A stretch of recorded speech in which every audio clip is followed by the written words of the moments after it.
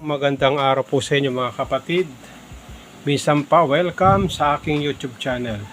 Meron po tayong mga legit error coins na na-hunt na gusto kong i-share sa inyo. Ayan.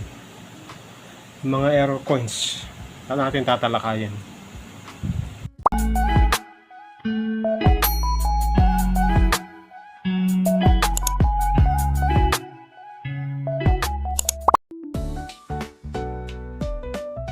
Muli, welcome po sa aking YouTube channel. Bago po ako mag-start, gusto ko pang i-share sa inyo yung nabili kong car ni Spider-Man. Ayan. Dito po sa lugar namin sa Pampanga.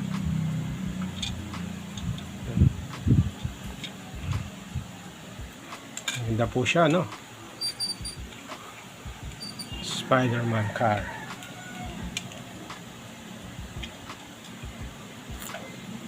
Magandang collection na aking nabili. Ayan. Kung meron po tayong Batman collection na ganito, ito po yung Spider-Man, bibihira po ito, no? Na nabili dito. So dumako po tayo sa coins na aking tatalakayin ngayon. So umpisahan po natin dito. Ayan. Ayan. Ang 1 peso 2010. Ano po napansin nyo sa kanyang error coins? Ayan. Pagka off center po siya, no? Na double po yung kanyang print dito. At dito manipis. Ayan.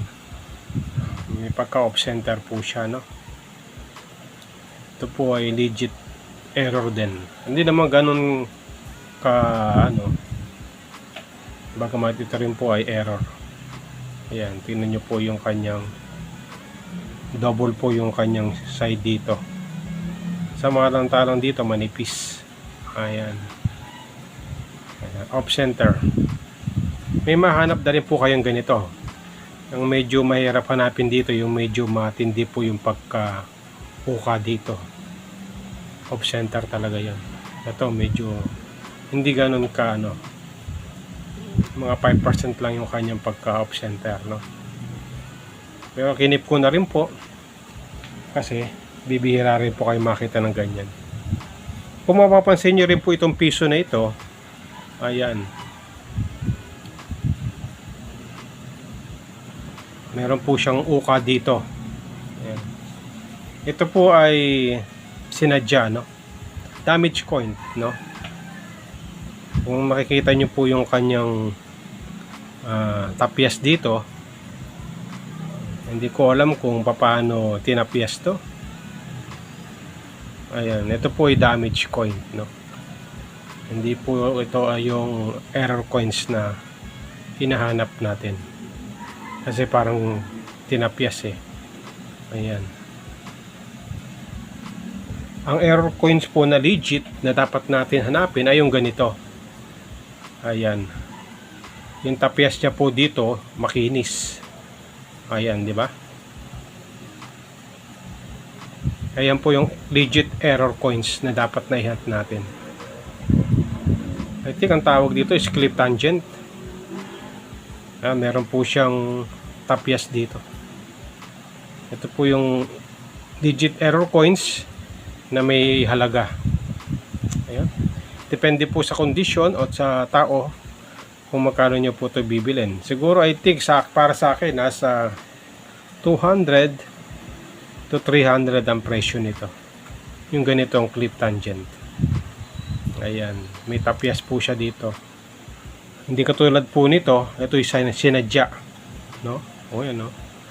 Ito po yung legit, smooth, makinis, talagang na-damage talaga siya. Error coins talaga ito. Ito po yung damage. So, yun po, no? Dumako naman po tayo sa baba, no? Ito po, sa tingin nyo, ano po yung error coins nito? Ayan, wala po siyang date. Malabo yung pagka-print ng kanyang date. Sa tingin nyo, anong date po ito? Diba? Halos wala na siya. Tingnan natin yung likod. Okay naman yung likod niya, di ba? Meron siyang 1993 sa baba. Republika ng Pilipinas. Pero pagdating po sa harap, wala kang makitang ano. Yan, hindi po sinadya yan. Ito yung error coins na dapat na mahanap natin. Ayan. Meron pa po ako isang nakita. Ayan, 2010. Tignan natin yung likod. Ayan, likod naman yung kanyang damage o yung error. Ayan, di ba? Kung makikita nyo, no? Wala yung kanyang Republika ng Pilipinas at yung date na 1993 sa baba, halos mawala na rin, no? O yan, no?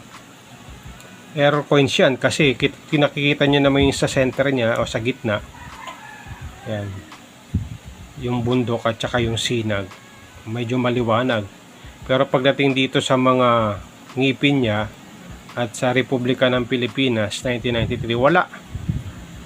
Yan, isa yan sa mga error coins na nahan po natin. Meron na rin po itong halaga, no?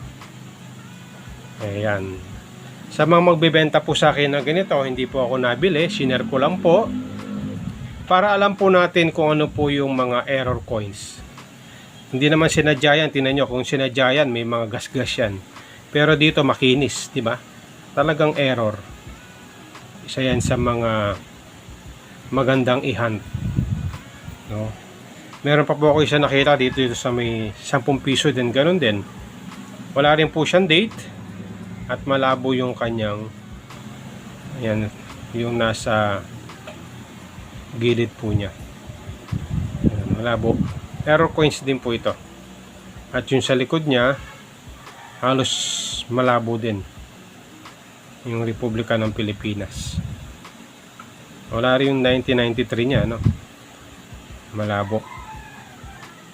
So, bibihira ka na rin po makita ng mga ganitong error, no? Pera na lang kung isasadyain. Wala po yung kanyang mga nakalagay na imprenta yung 1993. Error coins. Sa BSP 10 pesos. Ayan. So, yan po yung mga legit error coins na aking na-hunt. Pera po dito, example lang po to na damage. Hindi po to legit error coins. So, ito pong 5 ito ay isa sa mga error coins na dapat nating i-hunt. At naniniwala ko darating ang panahon na ito po ay magkakaroon ng mataas na halaga. So, kinip ko lang po muna para at least malaman po natin kung ano yung mga error coins na dapat natin i-hunt. Maraming salamat po sa inyong pagsubaybay sa aking YouTube channel. Kung meron po tayo natutunan, please like and subscribe sa aking YouTube channel. Binabati ko po lahat ng mga coin collector, ang mga senior citizens, at sa mga OFW po natin na patuloy na sumusubaybay sa aking YouTube channel. Maraming salamat, ingatan, pagpalain po tayo ng Panginoon. Bye-bye!